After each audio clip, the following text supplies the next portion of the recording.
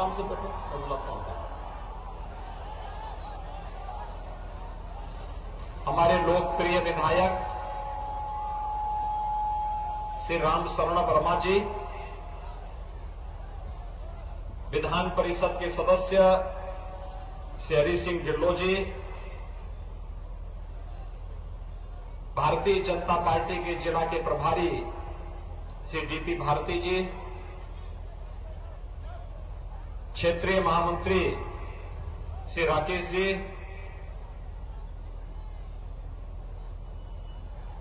योगी शांतिनाथ जी, chairman PCU Uttar Pradesh Shri Suresh Gangwar जी, विधानसभा के संयोजक श्री राकेश प्रताप सिंह जी, श्याम नारायण मिश्र जी और भारतीय जनता पार्टी के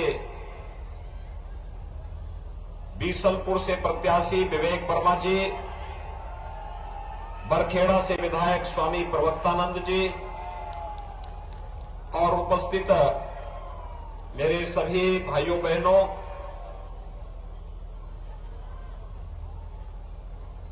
मैं पीलीभीत किस पावन धरा को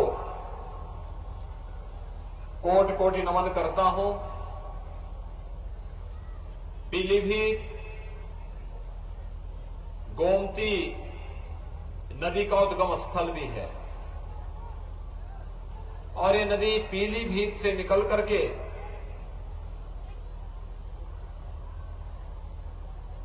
लखनऊ मंडल की तमाम जनपदों को सिंचित करती हुई काशी के पास मां गंगा में गोमती का मिलन होता है। मैं पीलीभीत वासियों को इस बात के लिए धन्यवाद देता हूं कि इन्होंने उद्गम स्थल पर जहां मां गोमती विलुप्त हो गई थी, उस स्थल को फिर से श्रमदान के माध्यम से पुनर्जीवित किया है और आज न केवल गोमती की अविरल और निर्मल धारा पीलीभीत में, बल्कि पीलीभीत से लेकर के लखनऊ, सीतापुर लखनऊ होते हुए वाराणसी तक यह अविरल धारा आज भी बह रही है। भाइयों बहनों, आज जब मैं आपके पास बीसलपुर में आया हूं, हमारे वर्तमान विधायक श्री राम शरण वर्मा जी लगातार आपके लिए कई बार से इस क्षेत्र की समस्या को लेकर के लड़ते थे और उसका परिणाम भी आप सबको देखने को मिलता था। याद करिए 2017 के पहले प्रदेश की स्थिति क्या थी। प्रदेश में अराजकता थी, गुंडागिर्दी थी, लूट खसोट थी, हर तीसरे दिन एक दंगा होता था और यहां पर तो उस समय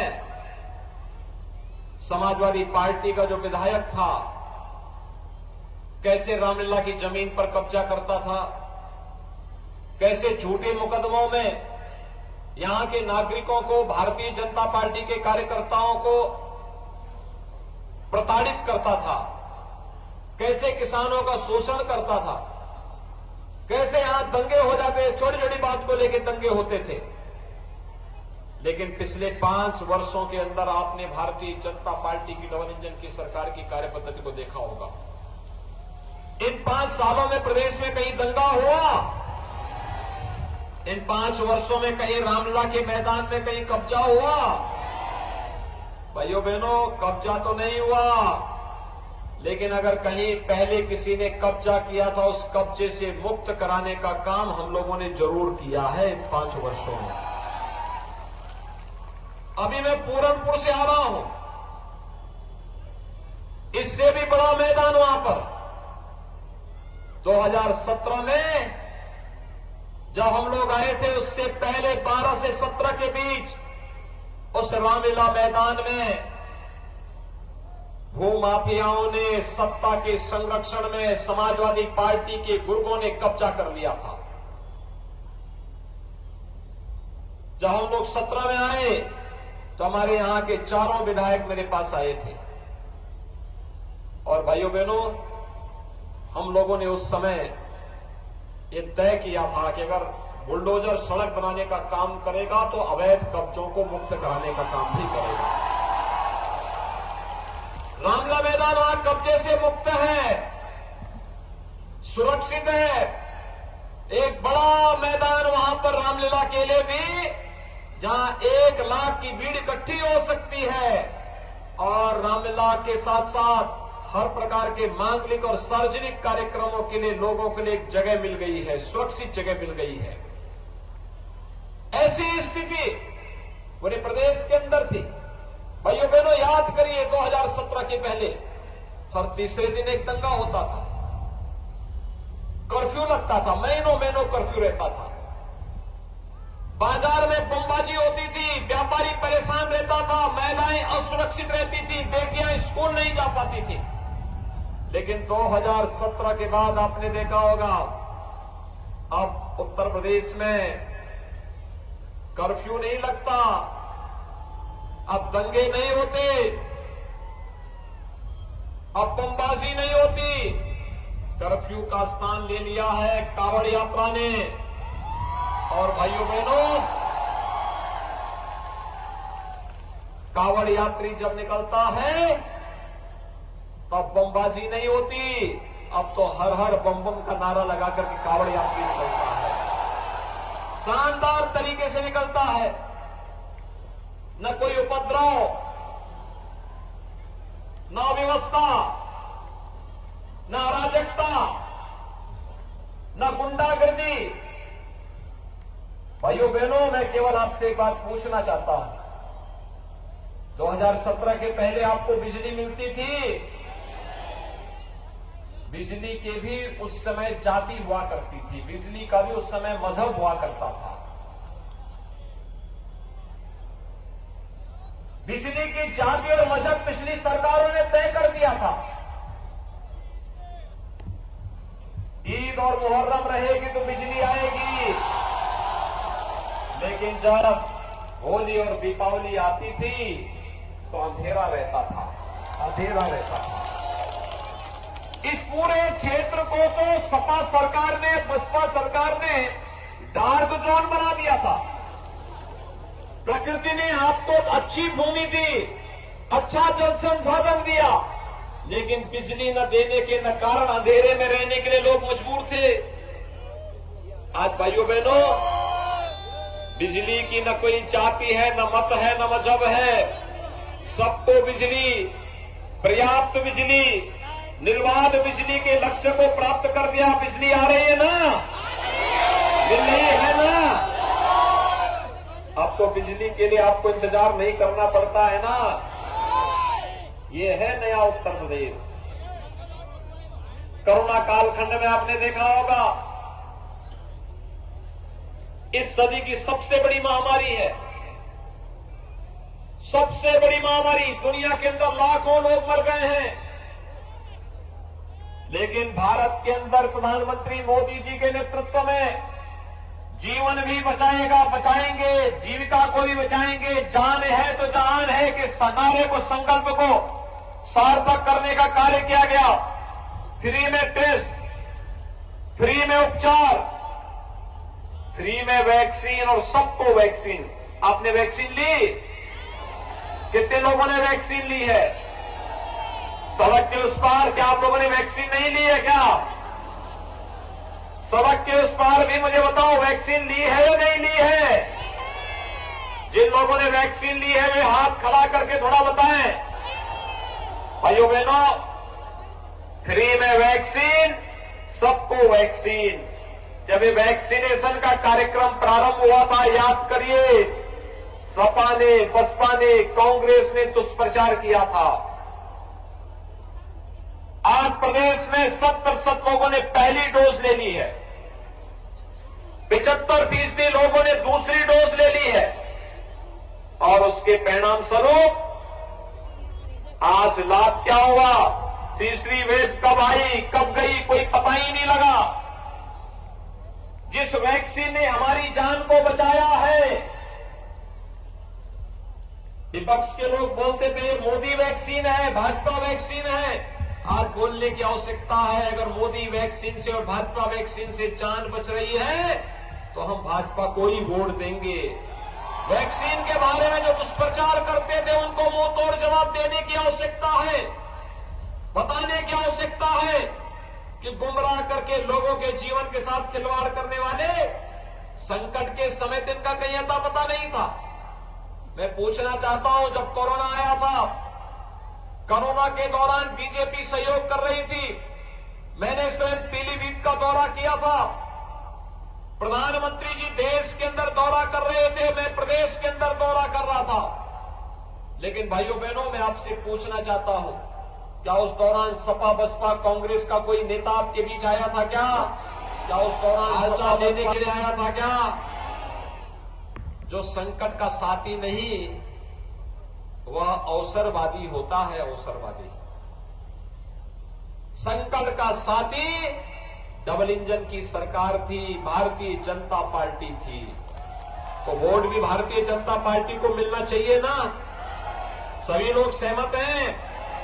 और भाइयों बहनों, फ्री में वैक्सीन, सबको वैक्सीन तो दिया ही।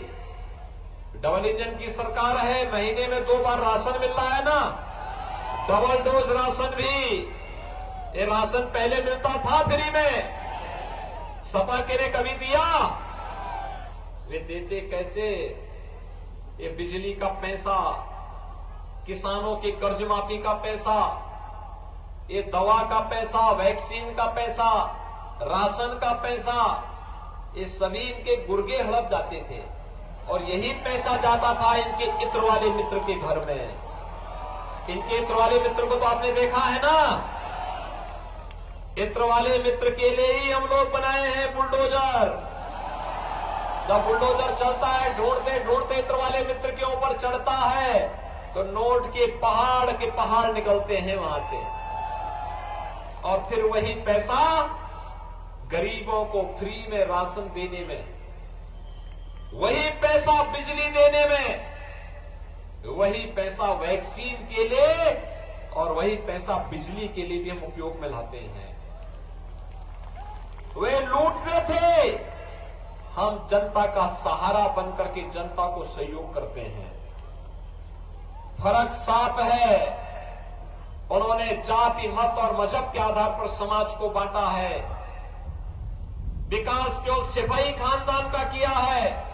भाइयों बहनों, हम लोगों ने तो सबका साथ और सबके विकास की बात की है।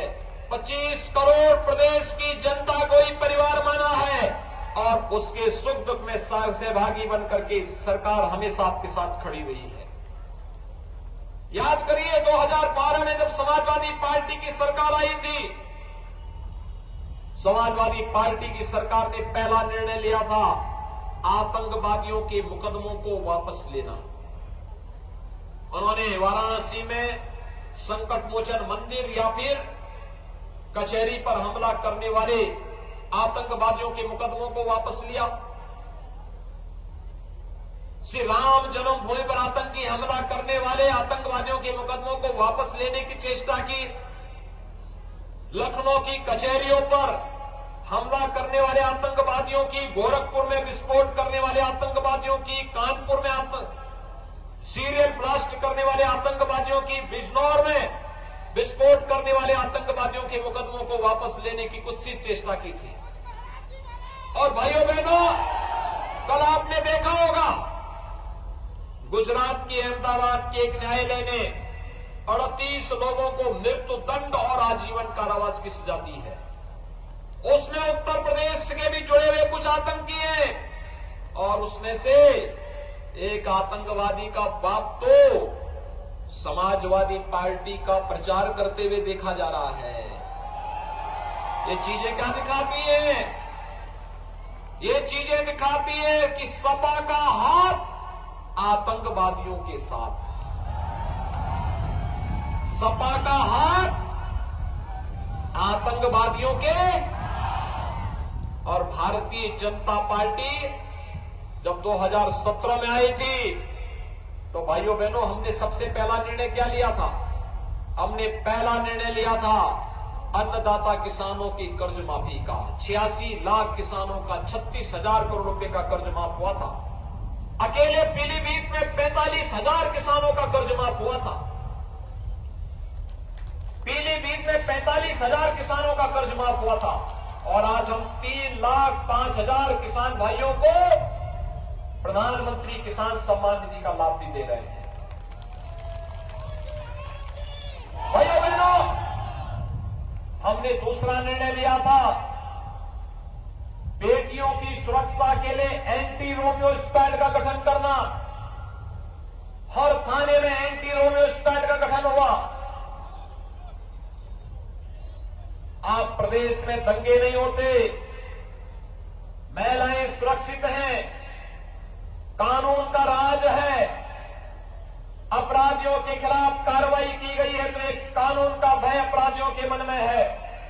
लेकिन समाजवादी पार्टी की सरकार के समय तो समाजवादी पार्टी सत्ता की शागिर्द बन करके कैसे अराजकता पैदा करती थी ये सभी हर व्यक्ति जानता है। और आज इसीलिए मैं आपके पास आया हूं आपसे कहने के लिए, भाइयों बहनों, समाजवादी पार्टी की सरकार के समय 5 साल में केवल 18,000 गरीबों के लिए मकान स्वीकृत हो पाए थे।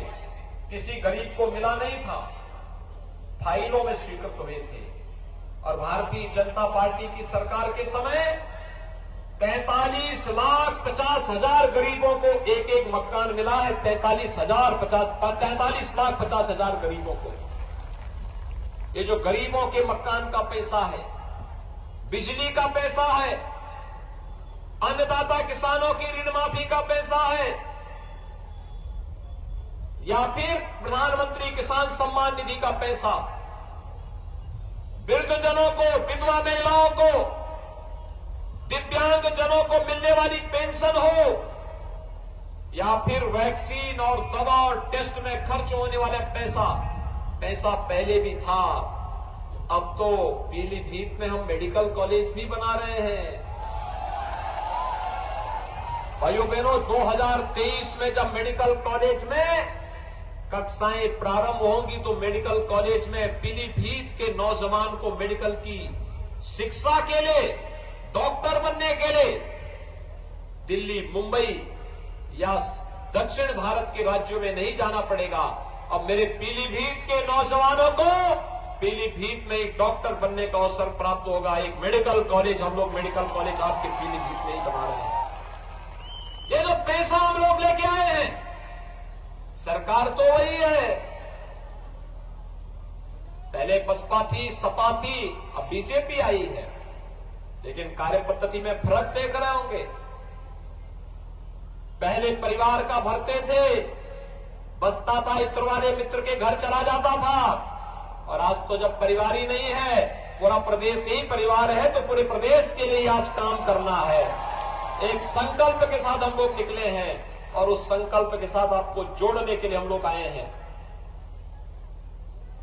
कि भाजपा ही सुरक्षा दे सकती है, भाजपा ही सम्मान दे सकती है, और भारतीय जनता पार्टी ही अयोध्या में राम मंदिर का निर्माण भी कर सकती है। मुझे एक बात बताइए, अयोध्या में राम मंदिर का निर्माण एक कांग्रेस के लोग कर पाएंगे? समाजवादी पार्टी के लोग, बहुजन समाजवादी पार्टी के लोग, जो लोग राम भक्तों पर गोली चलाते थे, क्या वे लोग राम मंदिर का निर्माण कराएंगे? भाइयों बहनों, यही कहने के लिए आए हैं, जब राम मंदिर का निर्माण करके आपकी आस्था का सम्मान भाजपा कर रही है, काशी में काशी विश्वनाथ धाम का निर्माण करके आपकी आस्था का सम्मान भारतीय जनता पार्टी कर रही है, गुरु गोविंद सिंह जी महाराज के 4 साहिबजादों के स्मृति में वीर बाल दिवस का आयोजन भारतीय जनता पार्टी की डबल इंजन की सरकार आयोजित कर रही है। और जब अन्नदाता किसानों का सम्मान भारतीय जनता पार्टी कर रही है, जो अपने प्रदेश के युवाओं के रोजगार और नौकरी की व्यवस्था भारतीय जनता पार्टी की डबल इंजन की सरकार कर रही है। और अब तो भाइयों बहनों, हम लोग वर्तमान में उत्तर प्रदेश के हर युवा को स्मार्ट नौजवान बना रहे हैं। 1 करोड़ नौजवान को टैबलेट और स्मार्टफोन दे रहे हैं। आपके पीलीभीत के नौजवानों को भी मिला है। हर स्नातक करने वाले, प्रास्नातक करने वाले, ITI, polytechnic, engineering, medical, nursing, pharmacy, ये सभी प्रकार के पाठ्यक्रमों में प्रवेश ले हुए हर छात्र को हम लोग टैबलेट भी देंगे, स्मार्टफोन भी देंगे और इसका खर्चा मां बाप पर न आए, इसके लिए डिजिटल एक्सेस भी उसको फ्री में उपलब्ध करवाएंगे। समाजवादी पार्टी को इसमें भी चिढ़ है। चुनाव आयोग को शिकायत कर दिया है। ये युवाओं को ये देने की आवश्यकता क्या है? मैंने कहा अभी तो 1 करोड़ दे रहे हैं, 10 मार्च के बाद 2 करोड़ नौजवानों को देंगे, 2 करोड़ नौजवानों को। भाइयों बहनों, मैं इसीलिए आज आपके पास आया हूं। भारतीय जनता पार्टी ने आपके पास सुयोग्य प्रत्याशी दिए हैं, जो युवा भी हो, विकास भी करा सकते हो, आपकी भावनाओं का सम्मान भी करा सकते हो। और इस दृष्टि से भारतीय जनता पार्टी ने बीसलपुर से श्री विवेक वर्मा को और बरखेड़ा से स्वामी प्रवक्तानंद जी को अपना प्रत्याशी बनाकर के आपके बीच उतारा है। दोनों प्रत्याशी सामने जो हुआ, ये दोनों हमारे प्रत्याशी हैं। और पीलीभीत से संजय सिंह गंगवार और पूरनपुर से बाबूराम पासवान भारतीय जनता पार्टी के प्रत्याशी हैं। इन चारों प्रत्याशियों को विजयी बना के भेजेंगे। फिर एक बार 300 पार के लक्ष्य को प्राप्त करने में योगदान देंगे सभी लोग। उस पार भी, इस पार भी, छतों के ऊपर जो लोग हैं उन लोगों से मैं अपील करूंगा, सभी लोग सहमत हैं? भाइयों बहनों, प्रदेश की सुरक्षा के लिए, प्रदेश की समृद्धि के लिए, प्रदेश की खुशहाली के लिए भारतीय जनता पार्टी आवश्यक है। और इसके लिए क्या इनको विजयी बना के भेजेंगे? सभी लोग मेरे साथ बोलेंगे, भारत माता की, भारत माता की।